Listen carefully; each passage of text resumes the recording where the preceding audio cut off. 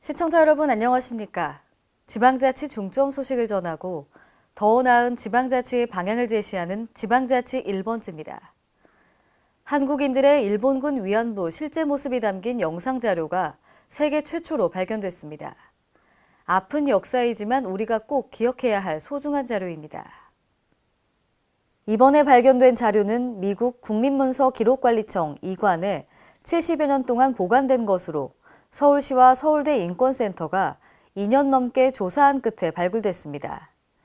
미군이 촬영한 18초짜리 영상 속에는 1944년 중국 송산에서 미, 중 연합군 포로가 된 한국인 위안부를 포함해 여성 7명의 모습이 담겨 있습니다. 그동안 한국인 위안부를 증명하는 증언, 문서, 사진은 많았지만 실제 영상은 세계 최초입니다. 일본군 위안부 기록물 관리 사업을 추진 중인 서울시와 서울대 연구팀은 2년 전부터 이미 발굴된 문서와 사진을 추적하고 수백 통을 일일이 확인해서 영상을 찾아냈습니다. 한편 서울시는 오는 9월 일본군 위안부 기록물이 유네스코 세계기록유산에 등재되도록 공모전과 학술대회 등 다양한 방식으로 지원할 계획입니다. 안희정 충남지사는 지난 5일 나가미네 야스마사 주한 일본 대사와 만나 양국과 지방자치단체 간 상호협력 방안을 논의했습니다. 이 자리에서 안 지사는 지자체 간 교류가 양국 간 오래된 우호와 미래 발전에 중요한 초석이 될 것이라고 말했습니다. 또 삼농포럼과 환황의 포럼을 통해 지방정부와 민간의 활발한 교류가 국가 차원의 갈등을 완화시킨 경험을 갖고 있다며 일본 대사 차원의 관심과 지원을 요청했습니다. 나가미네 대사는 작년 구마모토 지진 당시 충남도와 안지사가 보여준 지원에 감명받았다며 지방 교류는 양국 관계에 있어 중요한 축이라는 데 공감한다고 말했습니다.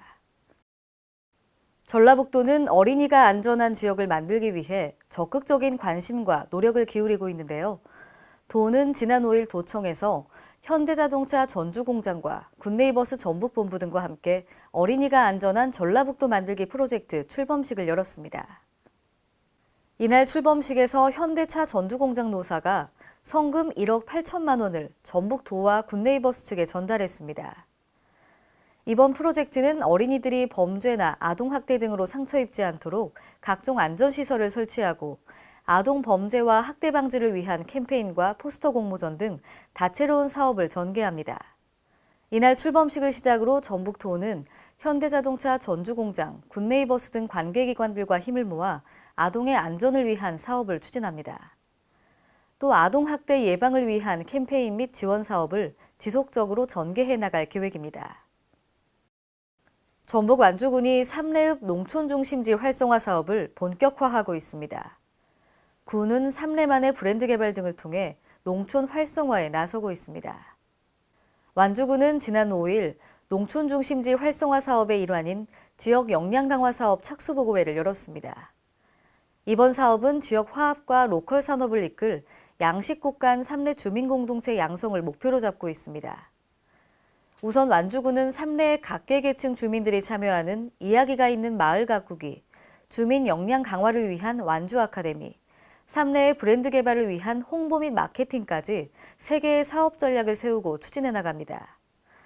한편 3례읍 농촌 중심지 활성화 사업은 농촌 발전 거점으로 육성시키는 사업으로 지난 2015년 농림축산식품부 공모사업 대상지로 선정됐습니다. 전주 누벨백 미술관은 오는 31일까지 박남재 화백과 최승범 시인의 운명 같은 동행전을 개최했는데요. 전북을 대표하는 두 거장의 합작을 만날 수 있는 자리가 될 것으로 기대됩니다. 보도에 홍재희 기자입니다. 전북 전주에서는 구순을 바라보는 서로 다른 분야의 거장들이 우정으로 만나 시화전을 펼치고 있어 관람객의 관심을 끌고 있습니다. 전주 누벨백 미술관은 오는 31일까지 박남재 화백과 최승범 시인의 운명 같은 동행전을 개최해 미술계와 문학계에서 전북을 대표하는 두 거장의 합작을 만날 수 있는 자리를 마련했습니다. 이번 전시는 박남재 화백이 그림을 그리고 고와 최승번 시인이 자작시를 쓴 작품들로 수심가, 동화, 청매 등 총 20여 점이 선보입니다.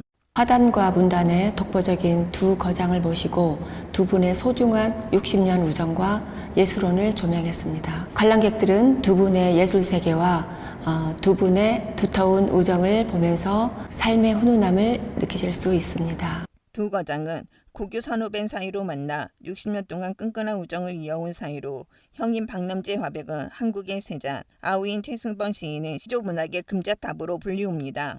원래 자연을 좋아해서 항시 자연을 떠나지 않고 그냥 자연을 찬미하는 의미에서 작업을 했다고 해도 틀림이 없을 거예요.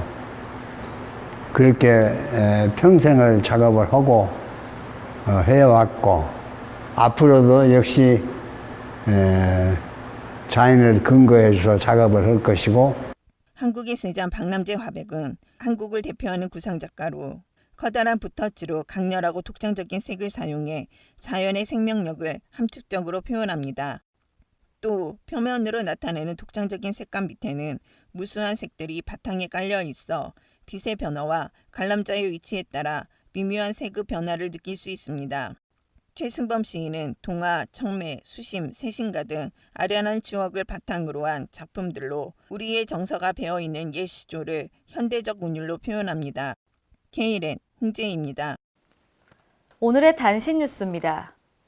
지난 5월 30일부터 시행된 정신건강복지법이 시행 한 달여를 맞았는데요.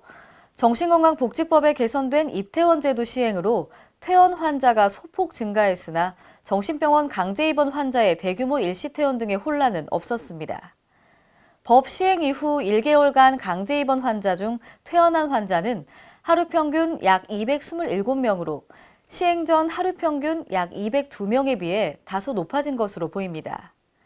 앞으로 보건복지부는 전문의 및 관련 인력을 추가 충원하고 국립대학병원에는 인력 확보를 위한 예산 지원 방안을 검토, 추진 중입니다.